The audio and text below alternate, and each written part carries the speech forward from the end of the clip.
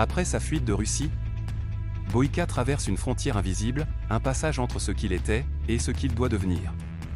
Son arrivée à Ouluklan n'a rien d'un simple voyage. C'est un exil. Un recommencement. Un pari désespéré lancé au destin. Dans son regard brûle encore la colère des combats passés et l'éclat fragile d'un rêve qui le refuse d'abandonner, devenir, un jour, le véritable souverain des combats. Là-bas, dans ce nouveau territoire, l'arène où il s'entraîne semble respirer elle-même. Chaque mur a vu des champions naître et d'autres s'effondrer. Et très vite, la salle entière devient un tourbillon. Une folie grandissante. Une transe collective. Une véritable mania qui avale tout, les cris, les coups, l'odeur de la sueur, et même la peur de ceux qui n'osent pas lever les yeux. Boïka, lui, avance au cœur de ce chaos, comme s'il y trouvait enfin un sens.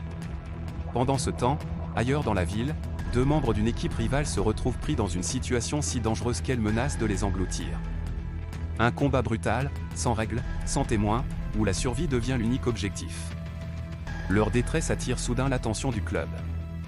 Une intervention inattendue, qui provoque un écho dans toute la communauté des combattants. Certains y voient une chance. D'autres, un avertissement. Beaucoup ressentent une vague de peur monter dans leurs entrailles, comme un souffle froid avant l'impact. Mais Boïka, lui, ne connaît pas la peur. Pas celle-là. Et puis, un jour, l'annonce tombe. Une opportunité folle. Un cadeau du destin, ou un piège. Boïka apprend qu'il pourrait intégrer l'équipe de Rico, l'une des formations les plus redoutées, les plus respectées, les plus redoutables du circuit. Pour lui, c'est un rêve qu'il croyait inaccessible. Un rêve qui, soudain, semble tendre la main. Si proche qu'il pourrait le toucher. Mais quand il quitte le bureau d'entraînement, un frisson lui traverse la colonne vertébrale. Il sent quelque chose. Une anomalie. Une présence qui n'a rien à faire là. Un détail invisible aux yeux des autres, mais qui, pour lui, sonne comme un avertissement. Il interroge la personne responsable, tente de comprendre, d'obtenir une vérité. Mais la réponse qu'on lui donne est sèche, brute, inébranlable, la situation ne permet pas de confirmer quoi que ce soit. Pourtant, quelques instants plus tôt, cette même personne riait. Un rire large, trop large. Un rire qui résonnait comme une fausse note dans une mélodie sombre. Un rire qu'on ne peut oublier. Et ces mots, ceux échangés entre deux silences lourds, reviennent le hanter.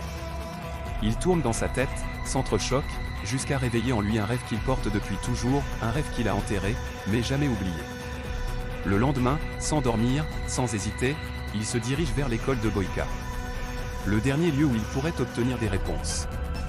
Mais avant même de passer la porte, on lui annonce une nouvelle qui lui glace le sang, un homme est mort à Boïka. La nouvelle se répand comme une traînée de poudre. Et soudain, Boïka sent son souffle se bloquer. Cet homme, il le connaissait. Il sait qu'il cherchait désespérément sa femme. Qu'il fouillait chaque recoin, chaque rue, chaque salle obscure pour espérer la retrouver, ou du moins, comprendre ce qui lui était arrivé. Son cœur se serre.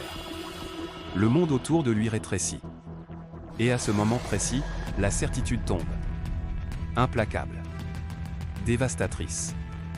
Lorsqu'il atteint enfin l'école de Boïka, les mots qu'on lui adresse sont comme une sentence, oui, cet homme est bel et bien mort à Boïka. Un silence. Un vide. Une vérité qui claque comme une porte qu'on referme à jamais. Et désormais, une seule question demeure, qui sera le prochain à tomber ?